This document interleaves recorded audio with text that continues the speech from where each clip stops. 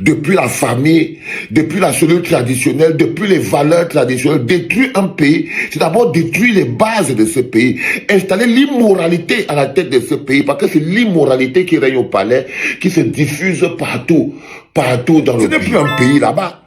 Même les gens qui dirigent le pays sont des gens dans l'immoralité.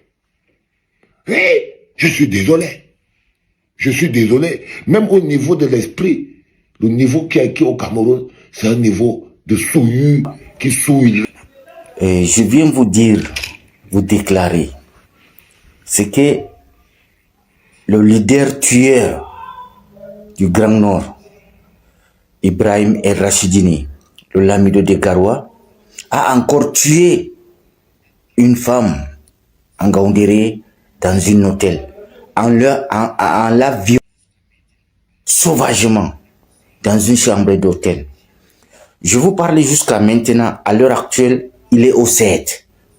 Mais j'interpelle où sont des juges, où sont des enquêteurs, où sont des procureurs de la République, où sont des imams, où sont des notables, où sont des chefs traditionnels, de premier degré, troisième degré, deuxième degré, etc. Où sont-ils, mes chers frères camerounais? À l'heure actuelle, Ibrahim El Rachidini ne doit pas être le Lamido de Garoua. Il doit être jugé et condamné à la prison centrale de Yaoundé. Il avait tué une première. On a dit que c'était son neveu. Jusqu'à aller enterrer au cimetière. C'est le gouverneur de Garoua qui est parti déterrer le corps pour faire le diagnostic et on l'a suspecté. C'est lui qui a tué l'enfant de sa grand-sœur. Ça, c'est la première. La deuxième, maintenant, Ibrahim El Rachidini a pris une fille depuis Yaoundé. Il l'a amenée en Gaoundéré dans un hôtel. Et l'a sauvagement.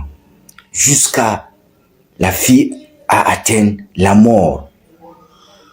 Il n'y a pas de loi au Cameroun, mes chers frères camerounais et camerounaises.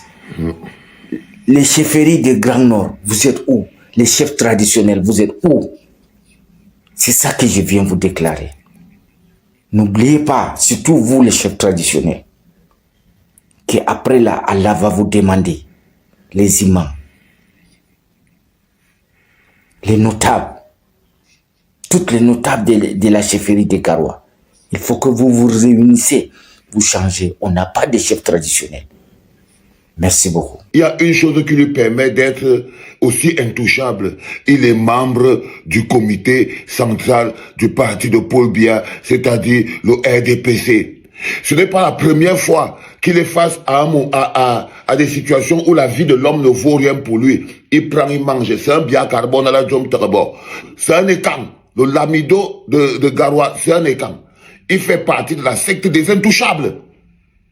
Il fait partie de la secte des intouchables. Son propre neveu, l'histoire nous avait trouvé ici sur Internet, son propre neveu, il a attrapé, il a battu à mort. Son propre neveu. Là, le gars prend la route, il part jusqu'à Yaoundé. Il prend une fille, il quitte avec de Yaoundé, il l'amène en Gaoundéré, il l'amène à l'hôtel. Il est lamido. Il est chef religieux, c'est un lamido. Mais ça, quand tu es un écan de Paul Biya, il n'y a rien qui a de la valeur dans tes yeux. Donc, les autres êtres humains sont comme des outils qui vous permettent de jouir de la vie éternelle que vous avez. Donc, nous les êtres humains, on est devenus des jouets entre les mains des écans de Paul Biya.